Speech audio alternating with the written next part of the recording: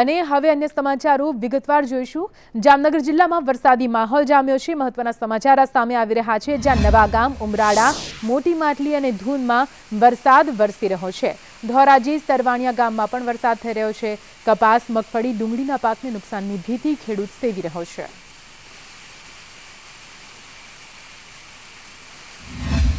આ તરફ જૂનાગઢ જિલ્લામાં પણ સતત ત્રીજા દિવસે વરસાદી માહોલ જામેલો છે। જૂનાગઢના વંથલી, ભેંસાણ પંથકમાં પણ વરસાદ પડી રહ્યો છે।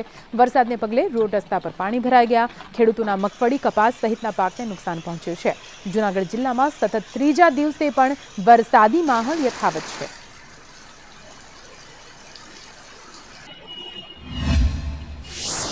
ગીર ગઢડામાં પણ ધોધમાર વરસાદના સમાચાર સામે આવી રહ્યા છે। પડાપાદર, ધોળકવા, મોટા સમઢિયાણામાં વરસાદી માહોલ જામ્યો છે, જેમાં મહમદપરા અને શાણા વાકિયામાં પણ વરસાદ થઈ રહ્યો છે। આ વરસાદના કારણે ખેડૂતો ચિંતામાં મુકાઈ ગયા છે। આ તરફ મધ્ય ગુજરાતમાંથી પણ વરસાદી માહોલના સમાચાર સામે આવી રહ્યા છે। નર્મદાના સાગબારા પંથકમાં ધોધમાર વરસાદ વરસ્યો। વરસાદ થતાં વાતાવરણમાં ઠંડક થઈ ગઈ છે। જો કે લોકોએ ગરમીથી રાહત પણ મેળવી, પરંતુ ખેડૂતોના ખેતીના પાકને નુકસાનની ભીતિ ખેડૂતો સેવી રહ્યા છે। ભાવનગરના પાલીતાણામાં પણ વીજળી પડી હોવાના સમાચાર સામે આવી રહ્યા છે, જ્યાં આદિપુર ગામે આવેલા ડુંગર પર વીજળી પડતા એક શ્રમિકનું મોત નીપજ્યું છે। ગામના જુવાન પ્રકાશભાઈ મકવાણાને ડોક્ટરે મૃત જાહેર કર્યો છે। અન્ય સમાચારો તરફ આગળ વધીએ। સૌરાષ્ટ્રના યાર્ડમાં વરસાદના કારણે મગફળીની 2 દિવસની આવક બંધ કરાઈ છે। ખુલ્લામાં મગફળી પલળે નહીં તે માટે સૌરાષ્ટ્રના તમામ યાર્ડ દ્વારા આ નિર્ણય લેવામાં આવ્યો છે। મહત્વનું છે કે યાર્ડની બહાર મગફળી ભરેલા વાહનોની લાંબી કતારો જોવા મળી।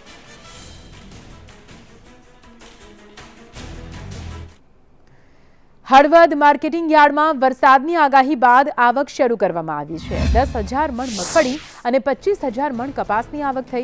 કપાસના ભાવ 900 થી 1,060 સુધી અને મગફળીના 800 થી 1,000 સુધી મણના ભાવ બોલાયા છે। વરસાદની આગાહીને પગલે ફક્ત શેડ ઊભા કરી વાહનોમાં હરાજી કરવામાં આવી રહી છે। 2 દિવસોની રજા બાદ માર્કેટિંગ યાર્ડમાં આવક શરૂ કરાઈ છે।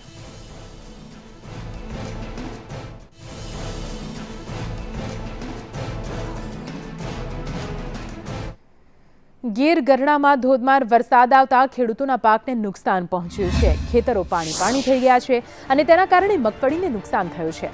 પવન સાથે વરસાદ આવતા શાણા વાંકિયામાં મગફળી પલળી જતા ખેડૂતો મુશ્કેલીમાં મુકાઈ ગયા છે।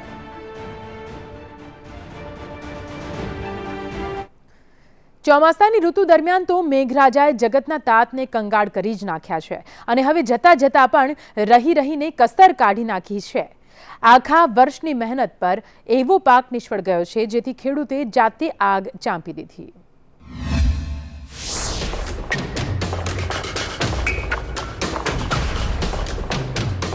પાકને લગાવાયેલી આ આગ હકીકતમાં તો ખેડૂતોના દિલમાં લાગી છે, કારણ કે આખું વર્ષ મહેનત કરી, જરૂરી રૂપિયાનો ખર્ચ કરી, બિયારણ, ખાતર, પાણી, મજૂરી કરીને દેખરેખ રાખી અને જ્યારે પાક લણવાનો વારો આવ્યો ત્યારે પહેલા વરસાદે બધું જ તહસ નહસ કરી નાખ્યું અને માટે ખેડૂતે જાતે જ પોતાના પાકને આગ લગાવી દીધી। આજે ભાવનગરના સિહોરના ખેડૂતોની વ્યથા। મેઘવદર ગામે 2 કલાકમાં 3.5 ઇંચ ખાબકેલા વરસાદે 12 વીઘામાં 350 મણ સિંગ અને 25 વીઘામાં 400 મણ કપાસના પાકને નિષ્ફળ બનાવી દીધો। આ સિંગ બગડી ગઈ છે તેને હળગાવી દઈએ છીએ।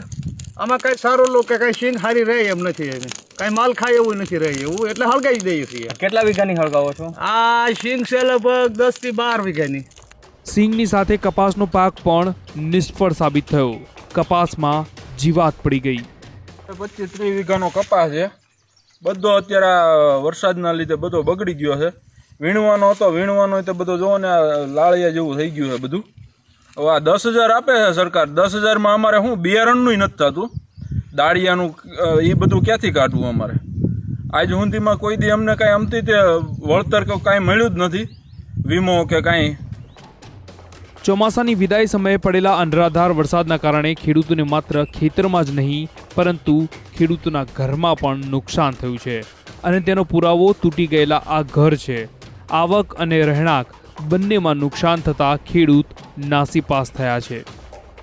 વર્ષો એમાં અમારે મકાનને જે ચાલુ રસોડું હતું એ પડી ગયું છે હાવ, અને સામાન બધો બહાર પડ્યો છે. હા, અમારે જે એક રહેવાનું મકાન હતું તો આ પોઝિશનની અંદર હતા, અમારે રાંધવા સીને બધી તકલીફ, અને અહીંયા કોઈ હજુ સુધી સરકારી સહાયમાં કે કોઈ માણસો આવતું જ નથી.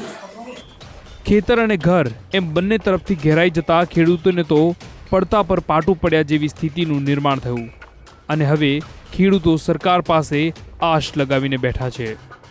મુકેશ જોશી, સંદેશ ન્યૂઝ, સિહોર, ભાવનગર. આ તરફ સુરતના કોસમાળા ગામે જમીન સંપાદનને લઈને ખેડૂતોએ નારાજગી વ્યક્ત કરી છે. રેલવે કોરિડોર માટે જમીન સંપાદનની કામગીરી દરમિયાન ખેડૂતોના ઊભા પાક પર બુલડોઝર ફેરવવામાં આવ્યું. ખેડૂતોએ જમીન આપવા માટે 15 દિવસનો સમય માંગ્યો છે. ખેડૂતોએ સુરત કલેક્ટરને આ મામલે આવેદન આપી રજૂઆત પણ કરી છે. આપને જણાવી દઈએ, કોસમાળા ગામે જમીન સંપાદનને લઈને ખેડૂતોનું જમીન આપવા માટે 15 દિવસનો સમય માંગ્યો છે.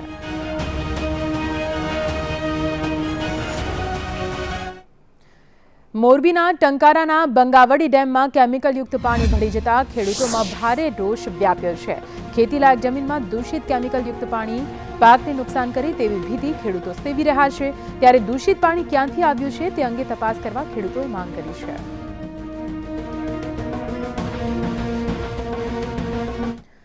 જામનગરમાં પાણીની પારાયણથી કંટાળીને સ્થાનિકોએ હોબાળો મચાવ્યો છે. જામનગરમાં વોર્ડ નંબર 4માં દૂષિત પાણીને લઈને સ્થાનિકો ત્રસ્ત થઈ ગયા છે. રહીશો કમિશનર કચેરીએ પહોંચ્યા હતા. ઢોલ વગાડીને વિરોધ કરવામાં આવ્યો. તેમની સાથે વોર્ડના મહિલા કોર્પોરેટર પણ જોડાયા હતા. નવાગામની મધુવન સોસાયટીમાં દૂષિત પાણીને લઈને વારંવાર રજૂઆતો કરવામાં આવી છે, છતાં કોઈ નિરાકરણ નથી લાવવામાં આવ્યું. મેન એન્જિનિયરને બોલાવાય, મેન એન્જિનિયર હોય કે સાહેબ આ પ્રશ્ન સોલ્વ નથી થતો. આજે આપણે મેન પાણીના એન્જિનિયરને બોલાવ્યા તો સાહેબ શું કહે છે કે ભૂગર્ભના જૂના જે કૌભાંડ છે ને એના અમે ભોગવી છીએ. ભૂગર્ભનું જૂનું કૌભાંડ છે, ભૂગર્ભે જે કામ નથી સારા કર્યા ને એને કારણે એનું તૂટેલું બધું પાણી અમારામાં આવે છે. એટલે અમે નવેસરથી કે આ કરી છે કરો, અમે સપોર્ટમાં છીએ. પણ 15 દિવસ સુધી આ સાહેબને ખબર નથી. હું અહીંયા રજૂઆત કરવા આવું છું કે મારે આ પેચવર્ક કરો છો, આ કરો તો કે એ તો કમિટીમાં લેવાઈ ગયો. તો જ્યારે તમે કમિટી કરો છો ત્યારે અમે શાસકના કોર્પોરેટર છીએ, તમે અમને તો કહો. બગસરામાં પોલીસ સ્ટેશનની કુંકાવાવ નાકા સુધીના રોડનું કામ ગોકળ ગતિએ ચાલતું હોવાથી સ્થાનિકોમાં ભારે રોષ ફેલાયો છે. આગામી 27મી ઓક્ટોબર સુધીમાં તંત્ર દ્વારા બાહેંધરી નહીં આપવામાં આવે તો દુકાનો બંધ રાખવાની ચીમકી વેપારીઓ દ્વારા ઉચ્ચારવામાં આવી છે. મહત્વનું છે કે બગસરામાં પોલીસ સ્ટેશનથી કુંકાવાવ નાકા તેમજ કુંકાવાવ નાકાથી હડાળા રોડ સુધીનો માર્ગ 2.5 કિલોમીટરનો છે, જે બિસ્માર હાલતમાં હતો. રસ્તાઓ જે છે પોલીસ સ્ટેશનથી કુંકાવાવ નાકા સુધીનો રોડ અને કુંકાવાવ નાકાથી હડાળા રોડ જે આજે 5 મહિનાથી આ ખોદકામનું કામ ચાલુ છે, છતાં પણ હજી આજ રોડ પૂર્ણ નથી કરી શક્યા. એમાંથી 25% જ રોડ બનાવી અને પૂરો કર્યો, પછી ખોદી અને આ 4 દિવસ થઈ ગયા. આજે એ રોડ સંપૂર્ણપણે મેકી દેવામાં આવેલો છે. પંચમહાલ જિલ્લાના શહેરા તાલુકામાં મંડપના વ્યવસાય સાથે સંકળાયેલા વ્યવસાયકારોની શહેરા નગરપાલિકાના અધિકારીઓ સાથે બેઠક મળી, જેમાં તેમણે ધંધા રોજગાર બંધ હોવાને લઈને વિરોધ દર્શાવ્યો હતો. સાથે સરકાર તેમની સાથે ઓરમાયું વર્તન કરી રહી હોવાનો પણ આક્ષેપ લગાવ્યો છે. ત્યારે અમારા મંડપના રોજગાર ટોટલી બંધ થઈ ગયા છે. એના હાથ નીચે લેબર આવ્યા, એના હાથ નીચે વાસણવાળી બહેનો આવી, કેટરિંગવાળા ભાઈ આવ્યા, કરિયાણાવાળા ભાઈ આવ્યા, બધાના ધંધા રોજગાર ઠપ થઈ ગયા છે. અમે ગવર્મેન્ટની લોન લીધેલી છે, એના હપ્તા અમારાથી નથી ભરી શકાતા. અમે અમારા આ ધંધા ચાલુ કરો, જેવી રીતે એસટી બસો ચાલુ કરી એ લોકોએ, બરાબર છે, ટોટલી ફૂલ ચાલુ કરી દીધી, રેલવે ટ્રેનો ચાલુ કરી દીધી, એમાં કોઈ ડિસ્ટન્સ હોતું નથી. તો અમારા પાર્ટી પ્લોટમાં તો હજારો ચોરસવાની અમે ખાલી 500 માણસના માગીએ છીએ. 500 માણસની પરમિશન આપો, તો અમને કેમ નથી આપતા? અમારો ફક્ત એક જ પ્રશ્ન છે કે આજે અમારી મંડપ ઇન્ડસ્ટ્રી પ્રત્યે સરકારનું ઓરમાયું વર્તન કેમ? અત્યારે અમે આટલા બધા વેપારી સંગઠિત થયેલા છીએ, વર્ષોથી અમે લોકોના સારા નરસા બધા કામ કરતા. બધું આખું દેશનું અર્થતંત્ર લગ્ન સાથે સંકળાયેલું છે, તો સરકારશ્રીને નમ્ર વિનંતી છે કે તમે થોડી છૂટછાટ સાથે ધંધાદારીઓને છૂટછાટ આપો, લગ્નની અંદર પરમિશન આપો અને લગ્ન થવા દો, અને બધા બેન્ડવાળા, ડીજેવાળા, મંડપવાળા બધાને છૂટ આપો. વડોદરાના એસએસજીના કોવિડ વોર્ડમાં ગરબાની રમઝટ જામી. નવરાત્રિમાં દર્દીઓ અને સ્ટાફ ગરબાની મજા માણી શકે તે માટેનું આયોજન કરવામાં આવ્યું હતું. તબીબોએ પીપીઈ કિટ પહેરીને મા શક્તિની આરાધના કરી હતી.